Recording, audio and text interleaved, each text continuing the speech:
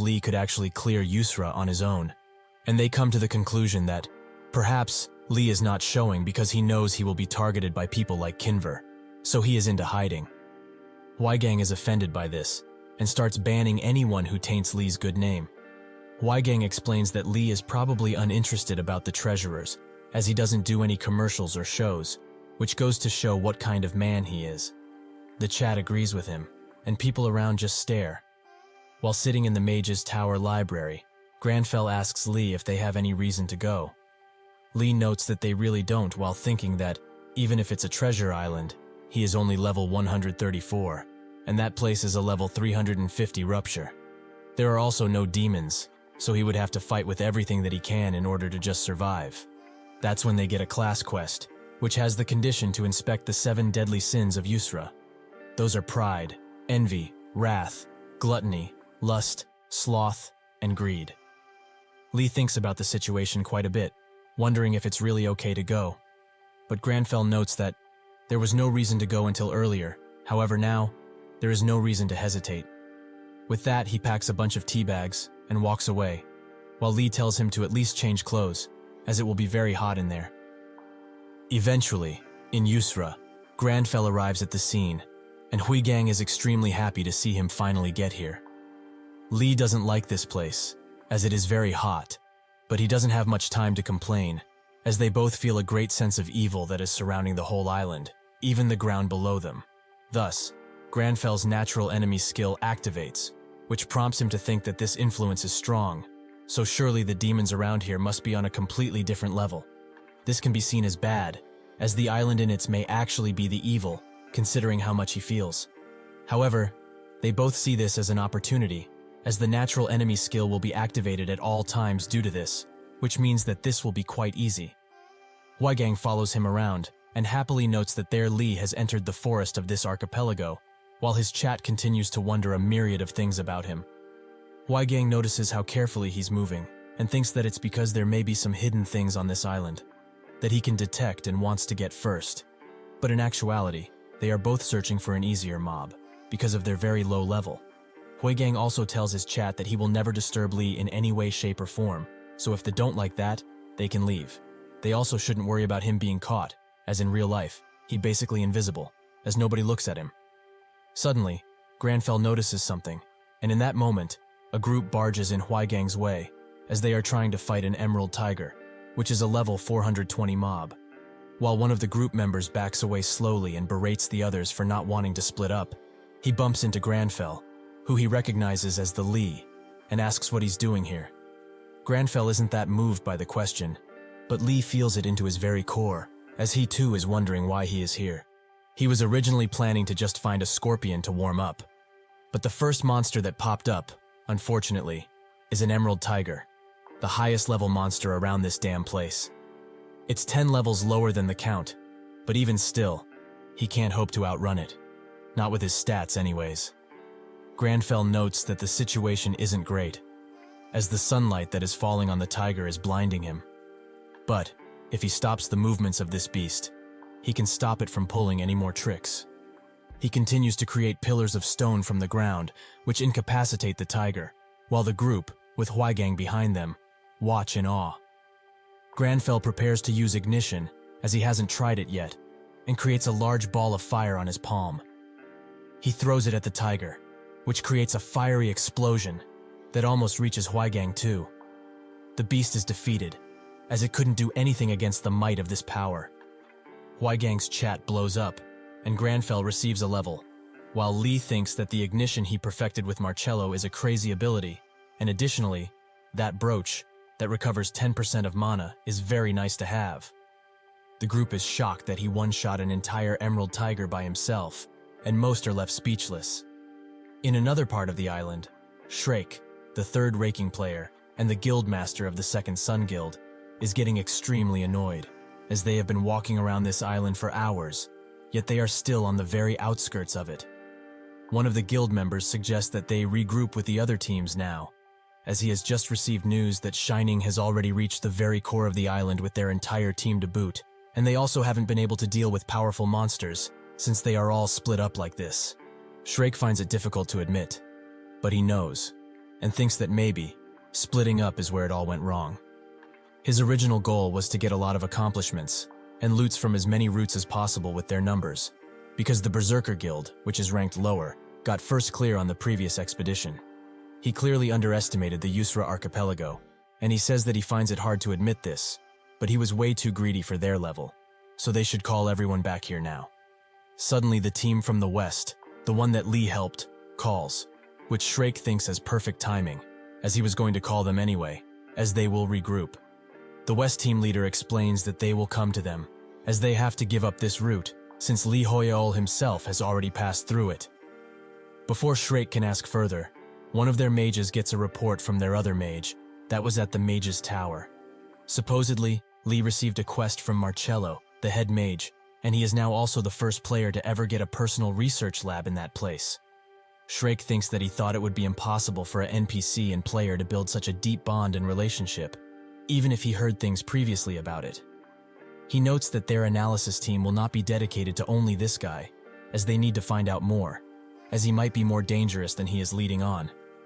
Lee smiles like a maniac at the pure emerald crystal he is holding, a supposed top-tier ingredient. He jumps around from how happy he is, which Grandfell finds utterly pathetic, so he chooses to try and ignore him.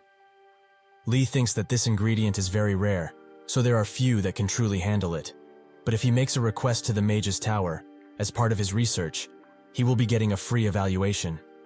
Grandfell's expression suddenly changes, as the atmosphere around the island changes, and the quest to investigate the 7 deadly sins on this archipelago pops up again. Before Lee can even wonder why it's popping up once again, the ground begins to shake, and another system message appears. The Yusra archipelago is being taken over by greed, and the destruction progress increases. Lee isn't the only one to receive this, as everyone that is on the island does. Grandfell looks at the message, and notes that, if it's greed, there are plenty of greedy humans around here who could have awoken him, Lee included. All of this is because of one of this archipelago's 7 deadly sins, greed. With it the message, the demon of greed must have awakened, and any demon hunter from Action would know that if the progress rate reaches 100%, every single deadly sin from this island will be awakened. Grandfell receives another class quest, Brewing, as his prologue quest has ended, and he gets 2 new objectives: to stop the resurrection of the greed sin, and make sure that the treasure of this island is not corrupted by it. He is glad that it's like this, as he wouldn't have had the power to defeat that thing. But that isn't the biggest issue now. People around him start going manic about the treasure, and they all rush to get some, since the Shining Guild already cleared an island and got the treasure. Grandfell thinks that this is a normal reaction to what's happening, as right now, all of the players on this archipelago are thinking the exact same thing as them. In order to stop the treasure from being corrupted by greed, they all need to let go of their desire for riches. But right now, considering their manic state, it would be an impossible venture. They start bickering with each other about who gets the treasure first, with all of them slowly becoming greedier and greedier, and Lee wonders what to do now, as one of his quests is about stopping this from happening. Grandfell sighs and says that there is only one way out of this. He has to take it upon himself and get all of the treasure on this island, something which puzzles Lee. On the second island of the Yusra archipelago, the Shining Guild also received the message about greed, and Camilla explains that since there are 10 islands here in total, they must be a part of the countdown, as there are 10 squares, and one of them filled up as soon as they got the treasure. Lex notes that it's precisely as she says, but did they hear anything from Jesse's report? Dimitri says that if he's talking about the one where she constantly talks about Lee, and how he got to the top floor of the Mage's Tower, they read it already. And Camilla notes that Jessie is quite cute when she talks about Lee, as her eyes start to sparkle whenever she does. They totally have a thing. Dimitri asks her to be more serious about the situation, and Camilla mocks him by saying that he wouldn't know anything about that, since he got rejected by her after renting the whole hotel lounger, like a dumbass. Locke smiles and asks them, could they win against him if they were to fight? Dimitri tells him that he doesn't want to interact violently with that guy, and Camilla notes that they have plenty on their plate already, and plus, Jesse will literally kill him if he touches a hair on that guy. Lex says that it's true, as he just said this out of envy anyways, as there's no real reason to antagonize him. That's when another square fills up in the progression bar, and Dimitri explains that it was the unified Under Heaven Guild who got the treasure this time. With that, Lex notes that they should get moving, as they wouldn't want for their treasure to be taken away. On another island, Lee desperately tries to stop Grandfell from taking all of the treasure, as that would just progress the bar faster. That's when they meet with the Lionheart Knights, and Lee thinks that he didn't expect to come across them around this place. Grandfell immediately recognizes one of them as the Lionheart captain, Harcom Kingsguard. One of the soldiers screams at him for addressing him like that, but Harcom stops him and asks for his name. Grandfell introduces himself as Lee, and notes that he didn't think he would meet the Lionheart Knights in a place like this. Harcom explains that he feels a different kind of energy from him compared to the other explorers, and that's when he notices it's because of that brooch. Before they can speak further, something tries to smash Grandfell from above, but he dodges just in time, and Harcom notices that the thing that crashed was the protector of this island, the great turtle of golden canines. He tells his men to prepare for battle, as this turtle is known for firing meteors, so they will split apart to not get hit. Sure enough, the turtle starts to shower them with powerful meteors, which also blocks their sight, as smoke gathers all around from the flaming rocks. Suddenly, one of the soldiers, Enoch, is put in a dangerous situation, as the turtle is almost stepping on him. Harcom desperately tries to reach his comrade, but the turtle steps down with all of its might, which pushes back the other soldiers. Enoch isn't dead, however, as Grandfell has stepped in to help him by forming a giant wall, something which shocks the soldiers, as they did not hear any chanting from him. Before Harcom can ask how he did it, Grandfell interrupts him, as this isn't the time to be chatting. The turtle prepares to shower the area with meteors again, and the knights get into formation, while Lee thinks that because of that wall, he almost consumed his entire mana pool, as he had to strengthen it. He didn't pass out only because of this brooch, which he is very thankful for, but still, he needs to save up his mana, so he needs to use these knights to their fullest potential. Markham grabs his attention and expresses his genuine thanks for his timely rescue. Additionally, if he helps them in battle, he swears on his Lionheart that they will never forget this favor. Lee thinks that this is the perfect opportunity to get some bonuses, and Grandfell notes that monsters are naturally meant to be killed, so if they need help, he will be more than happy to accept. Huaigang, who watched all of this from a hiding spot, heard what Harcom said and starts fangirling for Lee once again. The chat also explodes with comments, while Huaigang apologizes for not being able to get closer to the action. Harcom tells his knights to charge, with all the honor they can muster, and they do just that, as Grandfell just stands around, looking at the beast. Enoch looks at him and wonders if the captain did the right thing. To swear on his heart like that is the strongest form of swearing that they serve only for the royal family, so to do it with a mere explorer is strange. The men all try to hold the beast back as they try to bring it to its knees. Lee looks at them and is amazed. So these are the Lionheart Knights, a truly amazing display of weakness. That is, as the turtle is only slightly annoyed by their attacks, and not much else. Lee thinks that they aren't that weak, but they are not the right damage type for that gigantic turtle, as every single one of them is a melee class, so they can't attack all at once, as they don't have enough space. He checks the destruction progress, and it's halfway done already, as the people are taking the treasures much faster than he originally anticipated. He needs to finish this, so he needs to find a way to let all of the knights attack all at once. The turtle rumbles the ground beneath its feet, and magma starts coming out of it. The knights try to dodge, but there is no space to step on for them. This gives Grandfell a grand idea, as he remembers the steps from the mage's tower. He tells Harcom and everyone else to get ready and charge, as he will open a path for them. He creates a stairway for them out of rocks, and the knights watch in awe as he does it. Huaigang is now in a state of shock after seeing this, with his chat being filled with comments. Harcom recognizes these types of steps, as they are the same ones as the ones from the mage's tower. The other knights also recognize it as so. Just who is this man, to be able to do all of this? Lee is now drained of basically all of his mana, and he looks more like a skeleton than anything else. The knights charge in, and Harcom screams at them to not waste this opportunity and deal with this beast as swift as possible. They all go to attack its head, and when they strike it once, the beast immediately falls, and the contributions start being sent out. Most are sent to the other knights, but he also gets some loot, and some level to boot, even though he didn't damage the beast at all. Harkam comes next to him and notes that the brooch he has was a gift from an ancient emperor who bestowed it upon the mage's tower graciously. He has saved their lives on this day, so they are extremely thankful. They all bow down in unison, and Harkam says that they, the Lionheart Knights, will continue to fight alongside the owner of this brooch, Lee Hoyeol. With this, he receives the highest contribution rate for killing the great turtle and the treasure of this specific island. Lee looks at it and wonders what to do. As if he takes it, greed will awaken, but if he doesn't, someone will end up taking it anyways. So this is a lose-lose situation. The destruction progress advances once again by 1 point, and Lee is quite scared. But Grandfell just picks it up, which shocks Lee to his very core. He starts screaming, saying that they are screwed, and that he is a dumbass who doesn't think before he acts.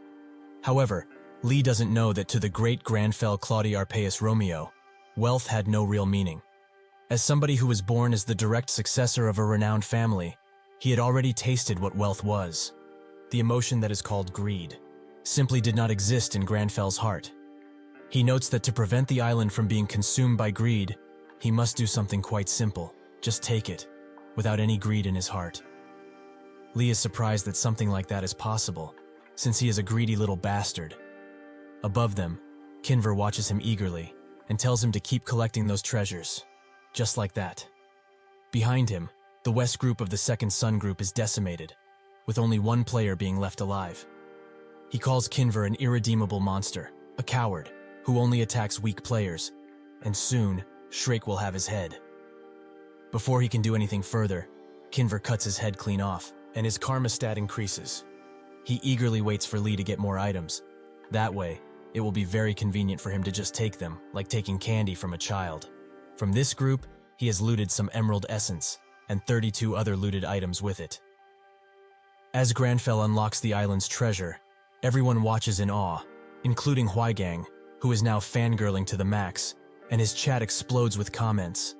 The treasure glows in Grandfell's hand, and he notes that, in order to prevent the island from being taken over completely by greed, they just need to take the treasure without any greed in their heart. Huigang starts crying while he asks his viewers if that was recorded well. Their Lee just took the island treasure, and the destruction progress has not up, and they should watch how refined he still is. He really has no greed, and is fully selfless. The real Lee cringes, however, as the item they have received is only an epic and has no real stats to speak of. This must be a joke. He got excited for nothing like a dumbass, so much so that his greed just disappeared. If all of the treasures are so worthless, he doesn't even want them. Suddenly, Grandfell gets a status window, showing him that the great Lionheart Knights have joined his party. Lee wonders what this is all about, and Harkam reaffirms what they said previously. They will be at his side from now on no matter what. They, the Lionheart Knights, will continue to fight alongside the brooch owner. That is what both Grandfell and Lee remember. But Lee didn't think they would actually join him, but leave him alone during his stay on this archipelago. Harkam notes that he has saved their lives, and even showed that he can acquire the treasures without a speck of greed in his heart. They are not sure what his true goal is in this place, but at least here on this archipelago, they will be his sword and shield whenever he commands. Lee is very shocked, as even if this is only for the Yusra archipelago, he now has the best knights in the entire continent by his side, and the level difference is just insane now that he looks at it. Not for him, for the mobs, who are now extremely easy to target with these loyal helpers. Grandfell grabs Harkam's shoulder while grinning quite devilishly, and notes that they should move on to the next island. Above all of them, hidden in the purple mist and dark green leaves, Kinver watches Grandfell diligently before getting interrupted by his earpiece, as somebody wants to talk with him. That person notes that he's worried about the destruction rate not progressing the same after Lee took the treasure. Is he sure that he is the one that took it, and not the NPC dogs he has with him? Additionally, if he does have Markham and the stupidly loyal Lionheart Knights with him, can they really do anything to Lee at this point? Kinver asks the person if they are scared, and the person explains that they are not. They just want to be careful about it, as those guys are on a much different level than those bastards from Second Sun. Kinver explains that he still sounds like a scared idiot, so he should stay out of this if he really is that scared. He has already prepared a little surprise for them, as the moment they decide to get on a shop to progress to the next island, all he needs to do is flick one single finger, and the Hydra poison, which is extremely deadly, will spread on every inch of the ship. Whether it's that bastard Lee or the popular Harcom, nobody will be able to stop it. They will all die slowly. Additionally, they can check for all of the treasure after Lee is dead. But suddenly, Lee looks at him, and he feels like he's been beheaded gruesomely. He clenches his neck and is now extremely fearful. It was impossible for Lee to notice him from this distance, and this amount of bloodlust is no mere joke. What Grandfell and Lee see, however, is just a cute squirrel, most likely Kinver's disguise. Markham notes that, judging by where he is looking, he also noticed that tiny little rat over by that tree. What does he want to do with him? Kinver clenches his neck even tighter, as his mental health becomes extremely broken, and he is hit with the fear status abnormality. Grandfell still sees a cute squirrel on that tree, and notes that he's not sure. Suddenly, the destruction progress advances, and Lee thinks that, excluding the crown they got, there is only one left remaining, so they better hurry. Grandfell tells Harcom that there is no reason to focus so much on a tree rat, and thinks that they need to stop Greed's awakening, no matter what. He tells Harcom that they should hurry, who does as he wishes. The person who contacted Kinver previously tries to contact him again, but Kinver can't hope to respond, as he is still hiding in fear. And also he has literally pissed his pants. Is he alive only because Lee took pity on him? Or because he is just a rat that he cannot be too worried about? He falls down and thinks that, whatever the reason was, he thanks him from the bottom of his heart for saving him. He removes his mask and announces that he's done, and out of this deal for good. The person over the radio asks what the hell just happened, and Kinver warns them, if they don't want to die gruesomely, they should turn back now, and never, ever look back. With that, he closes the call, and the person over the phone wonders what the hell just happened. One of his men asks what's wrong, calling him Park Hyunjun. Hyunjun explains that Kinver hung up on him like a scared rat. Fuck. They invested too much money in this. They even borrowed money from a loan shark because that bastard Kinver promised that they needed the Hydra poison in order to succeed their mission. The man tries to calm him down, but Hyunjun is having none of it, as he is in manic state. He is telling him to calm down? Did he get the loan on his name or something? The other party members get in front of him and tell him to stop, as it isn't like him to get so worked up for things like this. Hyunjun asks, if he is so worked up, how are they so calm, huh? Oh, now he gets it. They are on the same side as Kinver. How much did that bastard pay them, huh? The members desperately try to calm him down, but Hyunjun is out of it completely and screams, just how much money are they taking from that bastard? Grandfell notices something wrong in the distance, and Markham asks what it is, which he replies with nothing. He was just looking around. There is something dangerous around here, though, because his natural enemy skill has activated, and his demon hunter instincts are warning him to be very careful from now on, as there is a demon nearby. Hyunjun stabs one of his men, who notes that he knew he was a piece of shit that was obsessed with money, but to think he would go to this extent. Hyunjun tells him to just die quietly, as they were the ones that worked for Kinver in order to get more money. Hwagang watches all of this with a tear in his eye, as he is extremely scared for the demon-possessed person that is right behind him. When he gets the chance, Hwagang bolts out of there and thinks that he knew previously the Supernova Guild was filled with killers, but he didn't think that they would also slay their own men based on baseless accusations. He needs to leave as fast as he can before he is their next target. Suddenly, he trips on a branch, but before he falls, someone from the Explorer Alliance stops him and asks if he is okay. They reassure him and tell him if he's afraid, he may have a seat and rest for a while next to them. Hwagang thinks that even someone as crazy as that guy, who killed his own teammates, won't be able to do anything against the entire Explorer Guild. He accepts their offer and thinks that now, he is spared. The Today Arcana news outlet deployed drones all around the island and broadcast it to everyone around the world. As they can see, the archipelago is separated into 10 islands, and apparently each one has a hidden treasure, ready to be found. The ways to obtain such treasure is different from island to island. For example, one might need to defeat the island owner, a powerful boss monster, or solve a hidden puzzle. And now, they have reached the final island, where a lot of players and guilds have gathered. Suddenly, the Shining Guild also arrives, who has already taken 2 treasures, but that was to be expected. Gaon, who is also there, has also taken a treasure, and beside them, there is the Inazuma Guild, which couldn't take any treasure, as Gaon took the one they were aiming after. The Berserk and the Rising Sun Guild, which are apparently rivals, also arrive, so all of their viewers should stay tuned for this mighty final battle. That's when somebody arrives that silences everyone. The mighty Lionheart Knights have arrived to the scene, which surprised every single player and guild there, but when they see who is leading them, they get even more surprised. Naturally, it is none other than Grandfell. They all look at him, and notice how confident and calm he looks, like he is sure that he will be taking the last treasure with him. Lee, however, is very scared, as he knew he would attract some attention, but still, everyone is just staring at him constantly, and he's scared. Every single player there talks about him, and Camilla notes that she is saying this only now, no matter what. She will not be fighting Lee, as she only has one life, and she wants to cherish it.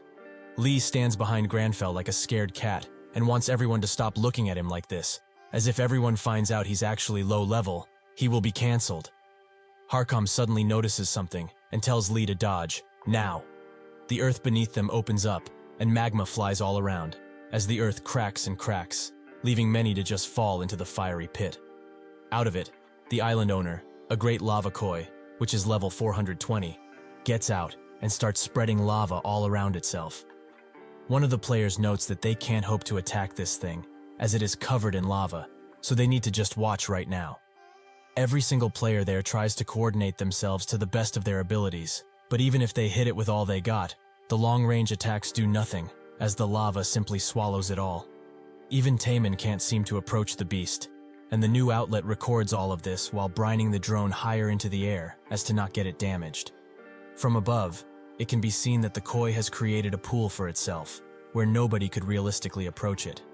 Harcom asks Lee if he's okay, and apologizes, as he promised to be his sword, but he doesn't have a way to even strike that beast. Grandfell smiles, and notes that he worries far too much for somebody so prestigious. He did not lead them all of the way here without a plan. He puts his hand forwards, and that's when Lex notices that, even in this most dire situation, Lee is still smiling. Just what does he have in mind? While preparing his magic, Grandfell thinks that magic activation could be divided into 3 important steps: inspection, interference, and most important, manifestation. The lava around the koi fish is not a skill, and it's merely a part of nature. Thus, lava, which is only just a force of nature for him, is no different than the rocks on the ground. He picks up all of the lava in the pool, and everyone is left speechless, to the news people, to Cheolman. Lex can't help but smile, as he wonders, just where did this guy come from? The news outlet notes that this is an unbelievable and rather amazing sight. The path to the island owner is now open for everyone. Harcom laughs and charges forwards, as he needs to do his share of work. Lex notices, and thinks that he spaces out for too long. He tells the Shining Guild to charge as the path has opened. They all charge, and Cheolman advises Taemin to get in there and at least get some contribution points, and maybe even get the first attack bonus. Suddenly, the koi fish jumps high into the air, and to everyone's surprise, slams back on the ground, sending everyone back from the impact. Leonie notes that it is very annoying for a single fish, and that they should be careful, as it is getting ready to jump once again. The news outlet says that due to how powerful this fish is, the fight will be a long and treacherous one. But that's when the lava that was formerly liquid is now a solid, and it slams into the koi fish into the form of spears. They all look at Lee and wonder once again, as something like this shouldn't be possible. It's like turning water into ice. A change so big shouldn't be possible with the limits of mana set by the system. Grandfell tells Harcom to charge, who does so immediately, and kills the koi fish in a single mighty strike. Every single player gets the message that the koi has been defeated, and Lex thinks that for the first ranked guild to not even have a single contribution point, such shame. The news outlet screams in joy. The island's owner has been defeated, and the one with the highest contribution rate is of course Lee and the mighty Lionheart Knights. He cannot believe how relaxed he is. He defeated the boss so easily. In actuality, Lee is basically dead already, and Grandfell has his eyes rolled back as he is trying to not pass out due to the lack of available mana. The island's treasure suddenly appears in front of Grandfell, and everyone eagerly watches to see what he gets from it. Grandfell gets to opening it, and everyone is surprised when the destruction progress rate does not pop up. Is this perhaps not the island treasure, but something else entirely? However, suddenly the destruction progress rate appears and fills up once again, which also surprises people. Why was it late? Or were there more treasure around the islands? Lee is weary now, as there is no way that Grandfell advanced the destruction after taking the treasure, as the treasure itself is still a shining blue. However, he feels that extremely strong demonic energy. A different treasure has been taken by greed once again. The rest of the Explorers Guild and Hwaigang watch in horror, as Hyunjun has killed most of the other NPCs, and has taken one of the island treasure for himself. They are all teary-eyed from losing their comrades. But they must stay back, as this man is far too powerful for them. Hyunjun looks at the treasure with a wide expression, and his head starts to hurt as he tries to fight back. What is happening? His head is feeling heavy, and he didn't mean to do any of this. Not at all. The demon comes next to him and asks what he means by those words.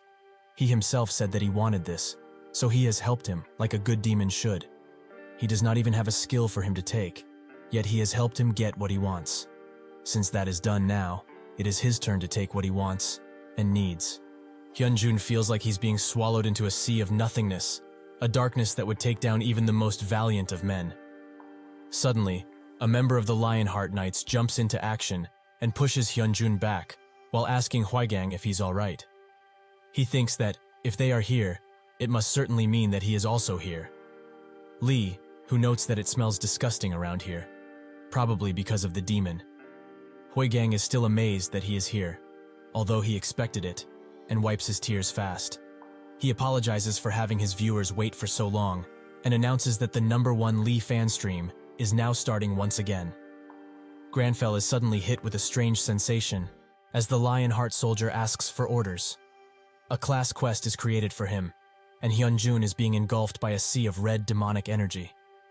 The system warns them that Yusra Archipelago's evil is brewing to the point of no return, and everyone there watches in horror, except Grandfell, of course. Suddenly, the island's treasure rises into the air and breaks above Hyunjun, who is by now just a soulless puppet. The system warns them once again, the island's treasure is being corrupted by greed. Lee knows what this means, and the conditions pausing confirms it. The destruction meter is full, and so the destruction is beginning in full. As the archipelago destruction begins, every single guild feels it, and when they look in the direction of this immense aura, they all see a gigantic hand that breaks off into multiple, and they invade every single inch of the island, and the ground shakes heavily as it does so. Eventually, the hands now touch all of the little island around, and the reporters see all of this, being rightfully scared of this situation, and they also announce that slowly, the island is being merged into one. Suddenly, out of nowhere, a gigantic building appears in the middle of the island, and even Harkam is surprised at what he sees, an entire castle made completely out of gold. This makes the other players there think that this is simply another treasure, waiting to be taken apart and enjoyed. But Grandfell knows that thing is named the Castle of Greed, and is the home of one of the 7 deadly sins, greed. It also has a very ominous aura that the others should also feel, but it seems that they are more fixated on the gold. That's when he receives a quest notification, specifically, that the quest was paused, which surprised Grandfell, as he thought that quest was failed. Harkam suddenly announces to everyone that something really bad is coming and that they should prepare for battle, right now. That's when hands start appearing from the ground, as the vengeful undead rise from the ground, ready to feast on some long-awaited flesh. The reporters are very eager to show all of this, since it means that their viewership will skyrocket. But suddenly, the chief receives a notification on his phone, and when he sees it, his smile drops. He tells the other reporter that this is not the time for laughter. Somewhere else, at the Arcana building to be exact, the employees panic and run all around, with the newbie and the experienced employee, who is named Suk, trying to contact someone. Eventually, he gets into contact and explains that they saw the update, while the newbie rages. They need to stop everyone from entering or leaving, lock the whole damn island down. He should look at the levels of the enemies. It's over for those inside. Grandfell decides to look at the updates, and sure enough, The boss monster, Greed, is level 650, with this zombies being level 500. While the others fight in front of him and are desperately trying to defeat the overleveled enemies, the class quests continue to be spammed in front of his face, which he finds very annoying. He walks forward still, and while he does that, he thinks that this quest is quite impossible, as even the lower level monsters are a challenge, but the boss is literally level 650. Harkam tries to maintain a sense of formation and calamity with his soldiers, but Grandfell suddenly comes behind him and calls him out loud. Harkam looks at him with a widened expression, and Grandfell asks if the oath that he had made previously is still valid. He thinks that now, of all times, he needs to depend on Harkam in order to be able to even try something. Harkam asks if he really wants to fight this, as the enemy is one of the 7 deadly sins. All of their lives are in danger at this point. Grandfell proclaims that demons are meant to be defeated, and only that. There is no other option. They all need to be annihilated. This statement surprised Harkam, but he smiles, as he doesn't see a lick of fear in his eyes. He is a true warrior. Indeed, Grandfell is not fearful, but Lee is, very much so. Harkam calls out his Lion Knights, and explains that from now on, they stick to their oath, and help their savior reach the evil, and free this island forever. The soldiers immediately get into formation, and are ready to defend Grandfell with their lives, in the name of the Lions. The people who watch all of this, including Hwaigang, are amazed, because from what it seems, Lee and the Lion Knights will attempt to go into that castle, being stopped only by the countless undead horde. Grandfell orders them to charge forwards, and at the Arcana building, everyone sees that some crazy people are trying to get in. This because of the reporters, who are also quite shocked by this, but report it nonetheless. Everyone in the country watches as they go in, at home, at school, or even on the street. This legendary moment is televised for all. Grandfell and Lee analyze the situation, with both of them thinking that the Lionheart Knights are doing much better than originally expected. But they are the best knights on the entire continent, so in combat, they will not fall behind, no matter what. Their mana is also recovering really well, and at this rate, he will be able to help with this battle too, instead of saving for the final boss. That's when Grandfell notices a sudden movement behind him, from a body that was previously killed. Shrake is being pestered by one of his guild members, as they will get 0 contribution rate if they don't go in too. But Shrake explains that if they do that, they will just end up dead. If they are being real, this situation is impossible, and no other guild will be joining them in this do or die mission. That white-haired guy will fail soon, and then, they will all fall back. Behind Grandfell, the undead that were previously defeated rise up to fight up once again, and this is bad, as he does not have enough mana to defeat them right now. But still, he must fight. Suddenly, a beaming light passes Shrake, and both Leonie and Taemin have come to help Lee. That's when they notice each other, so this wasn't coordinated, and the other guild members rush to help them. With that, the temporary Greed Extermination Alliance is formed. The reporters note that this alliance was not expected at all, but is it a coincidence? As both guilds have been helped by Lee numerous times in their respective ruptures, Lee wonders if they will really help them, and Grandfell doesn't ask but announces that they will help, something which shocks Lee, as that is no way to ask for help. He needs to do it nicely. Grandfell then says that he will only say this nicely once, which makes Lee even more crazy, as this guy doesn't know how to communicate at all. Leonie looks at him like a sad puppy, and notes that they came to help anyways, since they have a debt to pay with him, but he really likes being an asshole. Kjolman on the other side tells his brother that this is the perfect chance to make a good impression on Lee, and get closer with him. With that, for their own reasons, they both look at him with a manic look, something which Grandfell doesn't really care about. The undead resurrect once again, and everyone around begins fighting them, with Taemin calling up his saints, as they need blessings and protections in order to efficiently deal with these ugly things. Lee thinks that this will cut into his contribution rate, so he needs to buff the Lion Knights too, so that he can push forward. That's when Grandfell goes to Leonie, and explains that the Lionheart Knights need protections and blessings too, and he doesn't have any of his precious tea to give her. But he needs buffs, so she should hand them over. This leaves Leonie quite stunned, and Lee apologizes. But that's when the Lionheart Knights are being buffed, by none other than the Gaon Saints, who urge them to fight under God's protection, and win. Leonie is quite mad that the Gaon Guild did it first, and Taemin congratulates his brother for the swift steal. With the blessings, The knights have more confidence, and they charge in once again, in order to fulfill their oath. Grandfell thanks Taemin for the help, as he will remember it, and Taemin happily notes that it was nothing. Perhaps he needs other buffs too? God's blessing or protection, whatever he needs, their saints will surely have it. Grandfell, however, refuses, as he doesn't believe in something as idiotic as the idea of God. With that, he walks away, and Lee tries to kill him from embarrassment, but to no avail.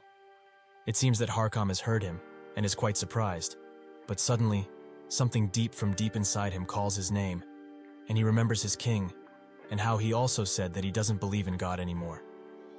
Harkam's eyes glisten as he sees this vision, but that's when two dark hands reach out to him from the castle's golden doors, and the others notice too, as Harkam is slowly consumed by the dark energy.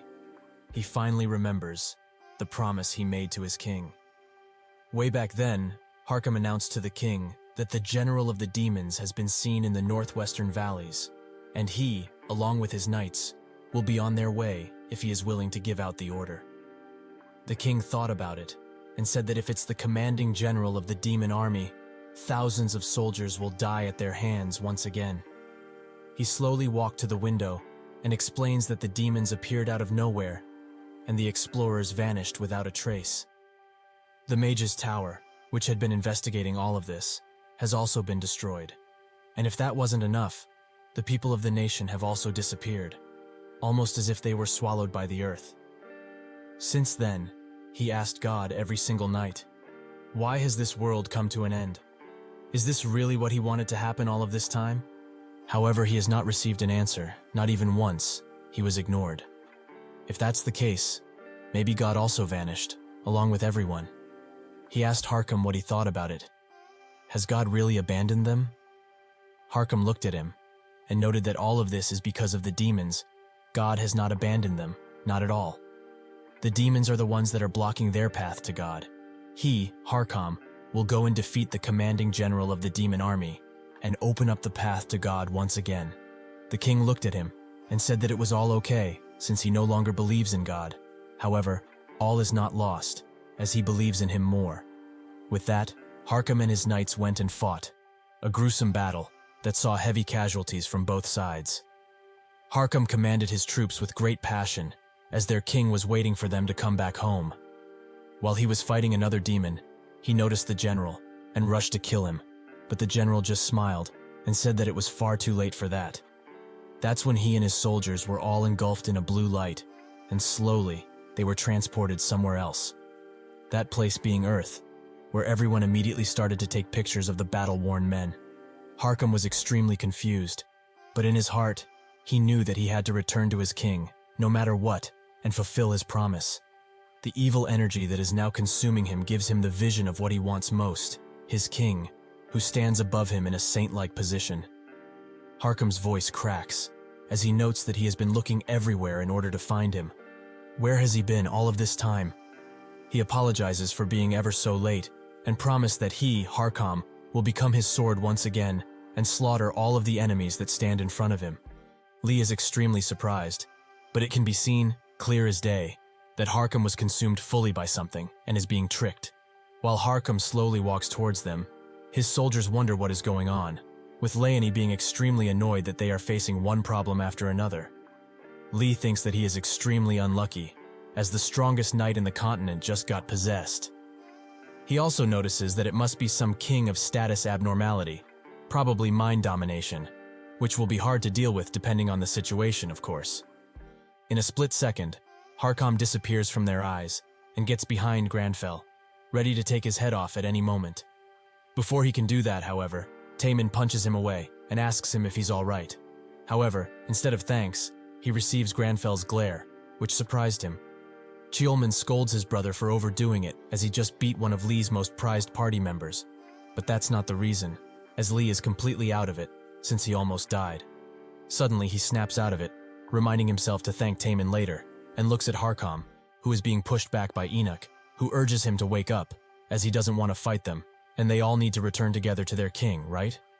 This comment enrages Harkam further, as what he sees them as is demons, and demons are not allowed to talk about his king, ever. Both Enoch and Jessica try to get him to his senses, pleading with him to see past the lie, but Harkham thinks that this is only the demons playing tricks on him. So he gets into position and tells to be silent in their final moments. Perhaps then they will not be punished as hard. Lee suddenly notices a strange light, and Harkham charges in, hitting the ground just in front of Enoch. But it doesn't stop there, as he once again jumps into the air and smashes with all of the strength he can muster into the ground, creating a large crater at the landing location. The wind alone pushes the weakest of the guild members out of the way, with Taemin and Leonie barely holding onto the ground. With one powerful thrust, Harkham pushes through all of them at once, and when he gets in front, he unleashes a mighty power, as his sword crackles and emanates tons of energy. Once he unleashes that power onto the ground, it is sent all over the ground, breaks it in countless pieces. The reporter drones scour the land for survivors, and Leonie seems to have made it out alive, even though she barely did. Jessica is also found to be fine, even though she got separated from Enoch, and the healers rush to aid everyone that has been injured in the attack. Taemin is also safe, but was injured, and think that Harkham should be considered a monster, not a human, given just how powerful that attack was. While he talks with Cheolman, that's when his eyes widen as he looks at something. Everyone starts to, including Enoch and Hwygang. What they are looking at is Grandfell, who stopped Harkham from hitting him with a single hand gesture. The Lion Knights wonder how he managed to pull this off when they couldn't. But even though they look cool, both Grandfell and Lee almost pass out from fear. Harkham looks at him with a strange expression and asks what he is. Among the others, his silhouette is bright and pure, nothing compared to the demons among him, who are all blurry and vicious. Grandfell would like to answer, but he doesn't really know, as he doesn't see what he sees. But it's probably because he's a demon hunter, and it could be an effect from one of his skills, probably. Harkham asks him to reveal his identity, or he will have to kill him too. Grandfell thinks that if he doesn't say anything, he will die, so he must speak now, even if he doesn't know about what. He tries to speak, but he is too shocked from what just happened, so he can't speak at all. Harkham asks him once again to speak, or perhaps he cannot.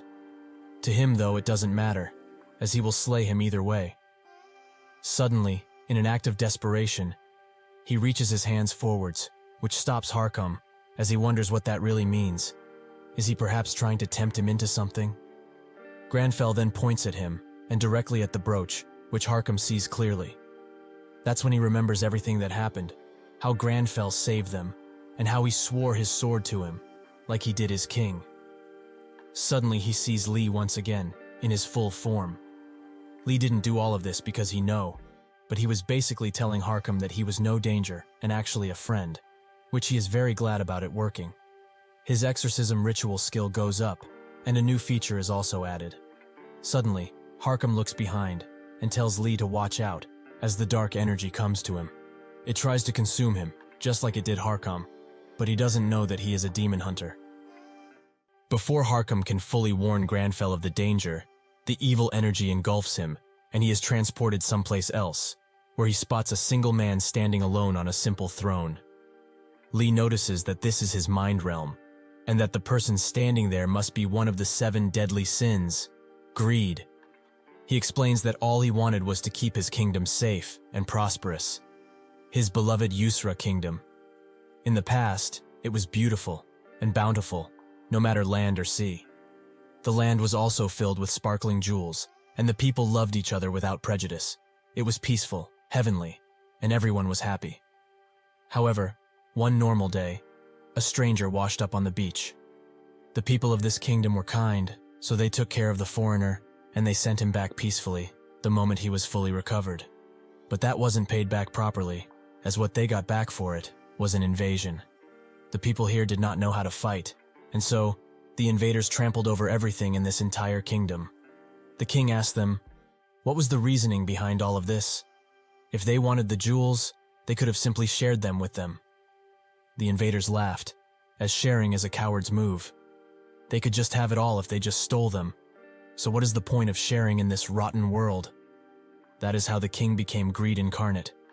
That is why now, he reaches for Grandfell's neck and screams that everything is his, and only his. The island, the ocean surrounding it, and the sky that gives light. Even if this island is filled with great treasure and mighty enemies to defeat, everything is his, all his.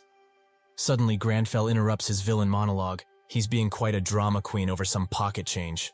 This, coming from a trillionaire. This confuses Greed, as he didn't expect someone to answer in this way.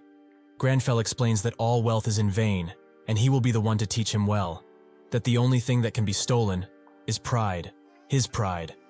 Greed snarls at him, but in that second, Grandfell unleashes his aura upon this dream world and breaks out of it. Harkam asks if he's alright, but he doesn't have the time to answer, as he searches with his mana for the palace's foundation.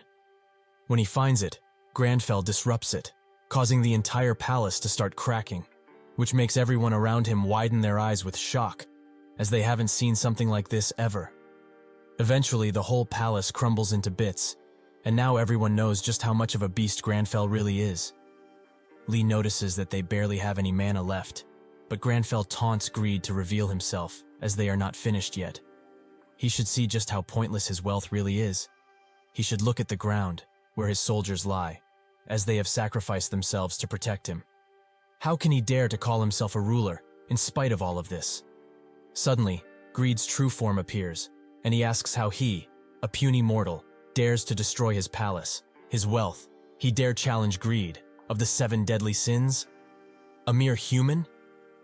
Dark energy starts surrounding everyone around the place, and the other players notice that this is a status abnormality, which they think that they can tank, but suddenly their chests tighten, and they cannot breathe. This is because Greed is watching them very, very closely, as he will make all of them into undead, so that they can protect his wealth until the world ends. Taemin reaches for his sword, as he thinks that he would rather die now than become an undead soldier. But his judgment is impaired, and he cannot hold back any longer. Suddenly, Grandfell screams at him once again, and the dark energy that was engulfing everyone disappears in an instant. Grandfell stands ever so proud, and Greed asks how he broke through his mind domination skill like this. He is one of the almighty 7 deadly sins, Greed, and he is just a mere human. Grandfell tells him that he is neither greed nor a cardinal sin. Suddenly, he chooses the Vampire Count Orb as an offering and activates his exorcism ritual skill, which is now level 2, and its passive is to prevent status abnormalities from overtaking nearby allies. Grandfell orders him to wake up, as he is the last king of the Yusra Kingdom. It is finally time for him to correct his mistakes and become pure once again. Greed laughs maniacally, as a simple attack like this will be extremely easy to dodge for someone as great as him. However, deep down inside, he knows already that this is enough, as his palace has already been destroyed, a long time ago in fact. With that, Greed explodes from the neck down, and everyone watching is shocked that he once shot the boss. Their celebrations are cut short, however, as the king of the Yusra Kingdom is now bowing down to Grandfell. He notes that he shouldn't be here, as he eliminated himself with Greed. So what is happening? He asks Grandfell if he is the one who fought Greed, but he can't really hear him, as he is leveling up constantly. The king continues to pour his heart out to Grandfell, but due to the leveling up and a hidden quest popping up, he can't hear anything. However, he is extremely surprised when he sees that the hidden quest has a 9-second timer, but all he needs to do is give the Yusra Kingdom king a crown. But where should he get a crown? While they both rack their brains for answers, the island's treasure he got before pops up again, the broken crown of the Broken King. The item appears before them, and the reporters are having a field day recording all of this, as there are tons of questions left unanswered, which racks up tons of views. Suddenly, Grandfell pulls the crown out of his inventory and bestows it upon the king. His body starts glowing a bright blue, and Lee is very glad to have picked up that item from the turtle previously, as he thought it was just useless. So it's nice to see it actually had a purpose all of this time. With that, he has fulfilled the conditions of the secret quest, and the archipelago's secrets will now be fully revealed. Every player on the island gets a notification that somebody revealed the secret, and they start bickering amongst each other instantly. As they wonder if it was a guild, the stakes become even higher, as Huaigang's chat blows up, because everyone received the notification. This is something extremely rare, a worldwide message. The whole ground starts to reveal itself in a blue color, as the ancient kingdom of Yusra is revealing itself fully. The whole island glows, and out of the ground come tons of buildings, and the whole atmosphere of the place changes. Finally, the hidden Yusra kingdom has been discovered once again, in all of its beauty. Everyone is left awestruck, but the reporters focus more on Grandfell and the mysterious man, as it must be quite important. Grandfell looks at the now gliding king, and Lee wonders what's happening and why it's happening so suddenly. The king bows down to him and introduces himself as such, and also gives his name, Hakuna. Grandfell has now become the savior of this kingdom, with his affinity and influence being maxed out, and now he has authority over the kingdom. Hakuna expresses his deepest thanks for saving the king and the kingdom. They're all